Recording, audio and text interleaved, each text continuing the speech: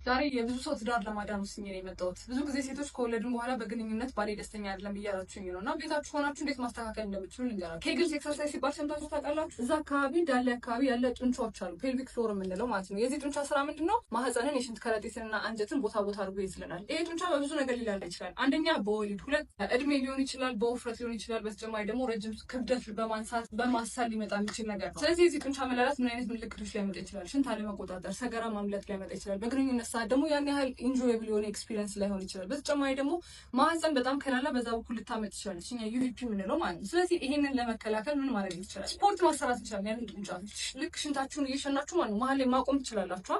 ያቺን ጡንቻ ትይዙና እንደ ማንኛውም ጡንቻ ስፖርት ማሰራት ይቻላል። ለ3 ሰከንድ እስከ 5 ሰከንድ ያዝ ልቅቅ እያደረጉ ከ10 እስከ 15 ጊዜ መደጋገም። ይሄንን በቀን 3 ማድረግ። ከዛ ላይ በ2 ወር በ3 ወር ውስጥ ማለት ነው የማህፀን በር ጡንቻ ማጠንከር ትችላላችሁ። ምን አይነት ልዩነት ታያላችሁ? አንደኛ በግንኙነት ሰዓት የበለጠ ኤክስፒሪየንሱ ኢንጆየብል ይሆናል። ዩቪፒ ትከላከላላችሁ። ሽንት መቆጣጠር ይቻላል እና ለወንዶችም ጠቃሚ ነው። ምክንያቱም ከፕሮስቴት ሰርጀሪ በኋላ እና በግንኙነት ሰዓት ቶሎ መጨረስ የሚያስቸግሯቸው ከሆነ ይህንን በመጠቀም የበለጠ ሰዓት መቆየት ይቻላል።